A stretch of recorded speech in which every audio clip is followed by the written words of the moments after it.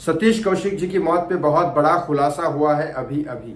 आपको पता है होली के दिन सतीश कौशिक जी दिल्ली गए थे अपने मित्र आशीष मालू जी के फार्म हाउस पे पार्टी करने, होली की पार्टी, और उसी रात को सतीश कौशिक जी की मौत होती है।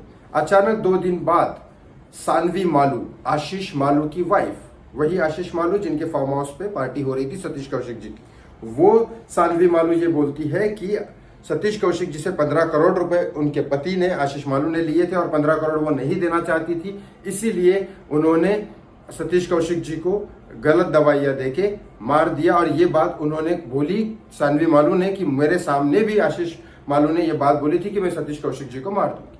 अब अचानक ये नया खुलासा ये आया है कि सतीश कौशिक जी की वाइफ ऑलरेडी इतने दर्द में है वो परिवार, क्योंकि उनके परिवार का एक सदस्य, मेन सदस्य चला गया, और इतने दुख में होने के बाद शशि कौशिक जी आती है और बोलती है ऐसा कोई 15 करोड़ का ट्रांजैक्शन हुआ ही नहीं है, अगर होता तो मुझे जरूर वो बताते।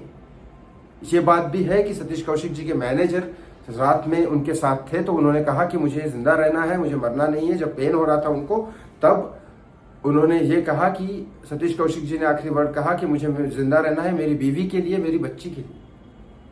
तो इसका मतलब सतीश कौशिक जी अपनी बीवी से और बच्चे से प्यार करते थे बहुत ज्यादा। अब उनकी खुद पर बीवी आ रही है और बोल रही है कि ऐसा कुछ भी 15 करोड़ का ट्रांजैक्शन नहीं हुआ, ऐसा कुछ है ही नहीं, पुलिस इन्वेस्टिगेशन की जरूरत तक नहीं है। उसी चैनल पे सामने सानवी मालू आती है और नहीं, मेरे सामने ये फैक्ट्स हुए थे, 15 करोड़ का ट्रांजैक्शन हुआ, बातें हुई थी और इसमें बहस भी हुई थी इन दोनों की, इसलिए मैंने अपने फैक्ट्स सामने रखे। बाकी पुलिस इन्वेस्टिगेशन का काम है, पुलिस मुझे बुलाएगी, अभी तक नहीं बुलाया, पुलिस मुझे बुलाएगी तब मैं जाऊंगी, अपना स्टेटमेंट दूंगी। इसके बाद वापस से शशि कौशिक जी, सतीश कौशिक जी की वाइफ बोलती है कि नहीं, ऐसा बिल्कुल ही नहीं है। अब इस बात को मैं क्या समझूं, आप बताइए, इस बात को क्या समझे? सतीश कौशिक जी की वाइफ बोल रही है, सतीश कौशिक जी की वाइफ बोल रही है, वही वाइफ जिसके लिए सतीश कौशिक जी जिंदा रहना चाहते थे जब उनको पेन हो रहा था कि नहीं, मेरे वाइफ के लिए, मेरे बच्ची के लिए मुझे जिंदा रहना है। एक कलाकार की मानता हो, एक कलाकार की खुद की जिंदगी पर्सनल नहीं होती, बहुत लोगों के लिए होती है। कलाकार अपनी जिंदगी भर लोगों को एंटरटेन करता है, लेकिन ऐसी कलाकार की मौत को तो कम से कम उस कलाकार की मौत का अपनी दुश्मनी निकालने के लिए तो फायदा ना उठाया जाए।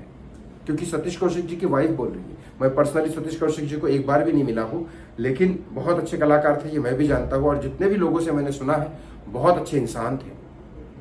सो मैं अगर उनकी वाइफ की ही बात मानूंगा, मैं अगर उनकी वाइफ बोल रही है ऐसा कुछ भी नहीं है, तो प्लीज मेरा यही कहना है कि इस मौत का फायदा ना उठाया जाए। कोई भी अपनी पर्सनल दुश्मनी निकालने के लिए प्लीज इतने बड़े कलाकार की मौत का फायदा ना उठाए।